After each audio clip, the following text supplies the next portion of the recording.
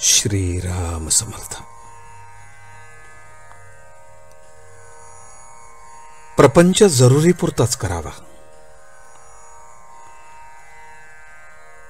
पुष्कळ लोक जोडधंदा करतात, म्हणजे त्यांचा एक मुख्य धंदा असतो आणि त्याला मदत म्हणून दुसरा धंदा करतात.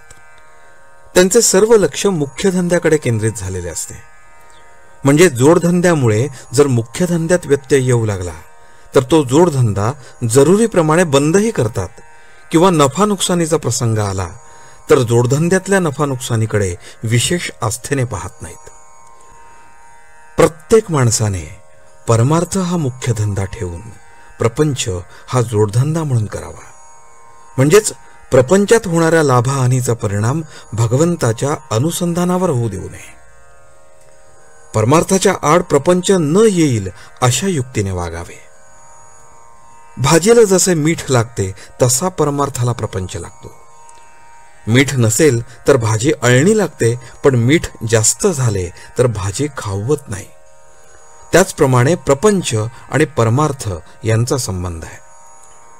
काही लोकांना सवयीने मीठ जास्त लागते, तसे ज्यांना प्रपंचाची सवय झाली आहे त्यांना तो जास्त लागतो. त्यांची गोष्ट निराळी. पण ज्यांना प्रपंच नवीन सुरू करायचा आहे त्यांनी तरी तो बेतानेच करावा. भगवंत डोळ्यापुढे ठेवून वागावे. प्रपंचात व्यवहार जतन करावा खरा, पण प्रपंच हाच काही सर्वस्व नव्हे. भगवंताचा विसर हा कोणत्याही कारणाने झाला तरी तो बरा नाही. मग प्रपंचात सुखसोयी असल्यामुळे तो होवो किंवा प्रपंचात दुःख झाल्यामुळे होवो. प्रत्येकाला प्रपंचाची अत्यंत जरुरी आहे, पण आपण त्याला वाजवीपेक्षा जास्त महत्व देतो आणि त्यामुळे सर्व बिघडते. प्रपंच पाहिजे आणि दुःख नको असे म्हणणे वेडेपणाचे. मूल असेल तर ते कधीतरी आजारी पडायचेच. प्रपंच हा कुणाला सुटलाय? हा प्रपंच, हा संसार भगवंतानेच उत्पन्न केला आहे, तर तो कुणाला तरी सुटेल का? तसा नुसता प्रपंच तापदायक नाही, तर आकुंचित प्रपंच हा तापदायक आहे.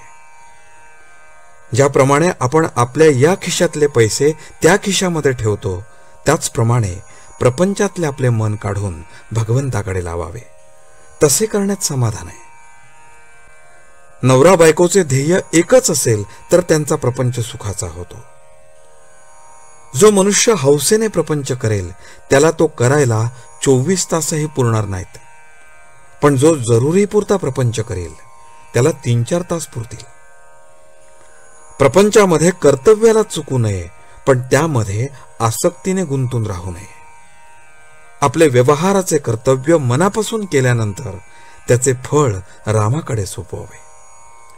रामाचे नाव शक्य तितके घेऊन आपले मन त्याच्या ठिकाणी चिकटावे, यासाठी त्याची मनापासून प्रार्थना करावी. आजचे बोधवचन. प्रपंच हा मोडक्या वस्तू नीट करण्याचा कारखाना आहे. तिथे मोडक्या वस्तू जितक्या जास्त असतील तितकी शिकणाऱ्याला संधी जास्त असते.